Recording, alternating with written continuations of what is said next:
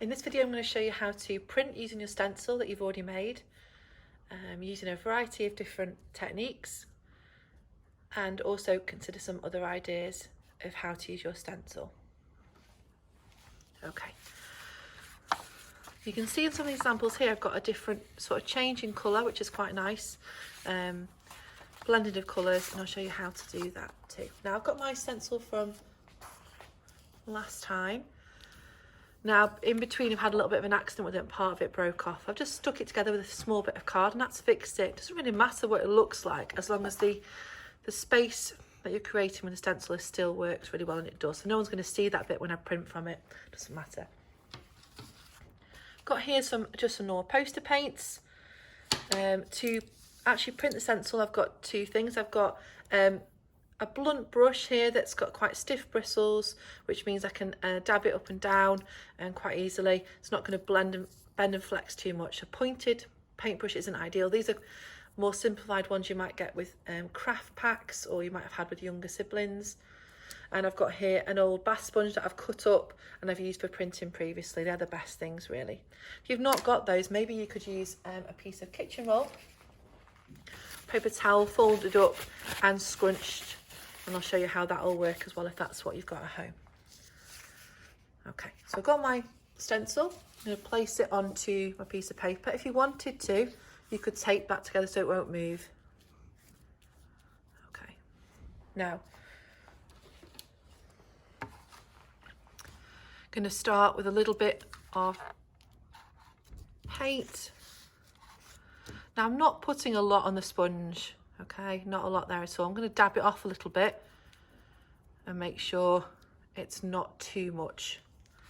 Okay, and when I put it onto the stencil, I'm making sure I'm moving my hand up and down. I'm not sliding, swiping, brushing. It's an up and down dabbing movement, okay? And that means that then the stencil will work in the best way.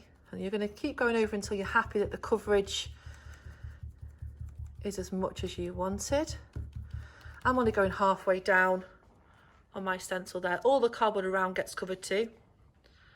I'm now going to use a different part of my sponge just to pick up the other colour so that I don't mix them unless I want to. Again, dabbing off the excess. Okay, so I'm now putting this bit in the middle of the letters. Again, that up and down, sort of tapping or dabbing. There's no, and because I've gone over the orange a little bit, it's done that nice blending effect, which can look quite effective. Okay, a little bit more there. Okay, and now I'm going to use the same sponge again, different section, for the last colour. So I've decided to do 3 colours this time, but you could just do 1 or you could just do 2, it's up to you.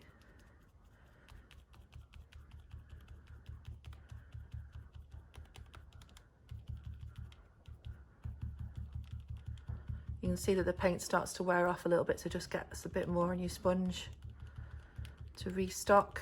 And again, still doing that dabbing process. Okay, sponge works quite nicely because sometimes it has the effect of a spray can. You've got this sort of slight sort of dots appear on it, which is nice. When I take it off, I'm going to be really careful, take it off cleanly. Okay, and that's what's left behind. That's worked really well, I'm happy with that. Okay, so another way of doing it, let's get another piece of paper, would be with the brush. Okay, this might take a little bit longer.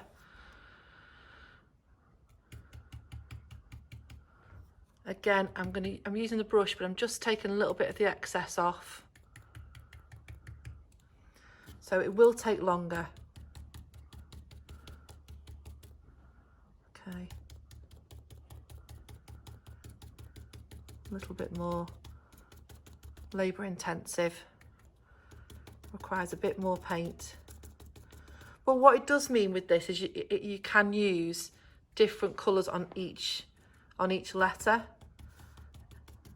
It allows you to have a bit more variety, unless you're extremely careful with the way you can apply the sponge, which tends to be a little bit cruder, you can just do one letter at a time if that's something you fancy. And again, the effect is quite nice underneath there.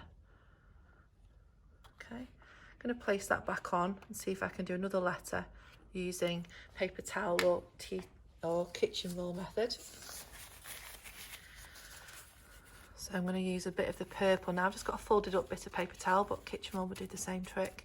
Again, I'm going to dab off the excess. Again, be very careful that I'm holding it still. Might not work as well. Might have a slightly more handmade feel to it. You'll just have to be a bit patient with it, really. You can still produce something that's pretty nice.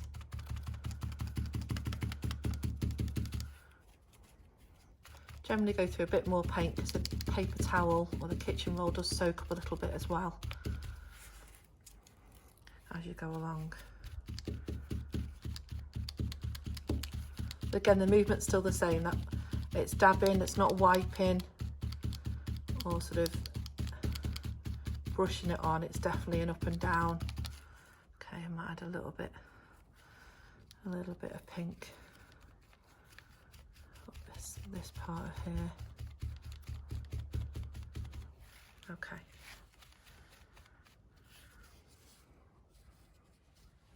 Take that off. Okay, it's not quite as crisp as the other methods, but it still works really well. One other way of using your stencils, or more accurate, the bit you've cut out. So when I made my stencil, I had a W that I cut out from that space. Now, if I've got a whole letter, it also allows me to do a different kind of stencil by using that in a different way. So I'm going to get some paint on my sponge. Again, I'm just dabbing it off to make sure I've not got too much. You could stick down now, just temporarily tack the letter down, or you could hold it with your fingers, whatever you feel is best for you. You might find that blue tack works better. But we're going to now apply the paint on top of that cutout section, keeping it still. Okay, I'm just going to move my hands. Okay. This only really works with solid cutouts. Your fingers might get a little bit more messy with this one.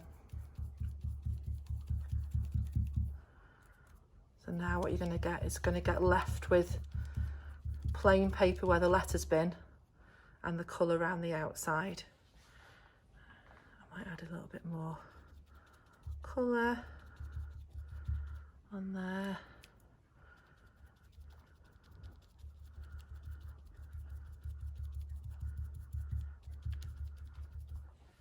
Okay, once I've finished, just take off very carefully the letter and you're left with a clean letter, mostly, and a patterned background. So there's a couple of different ways you can use your stencils. Experiment with colours, experiment with different materials in terms of applying the paint, and enjoy.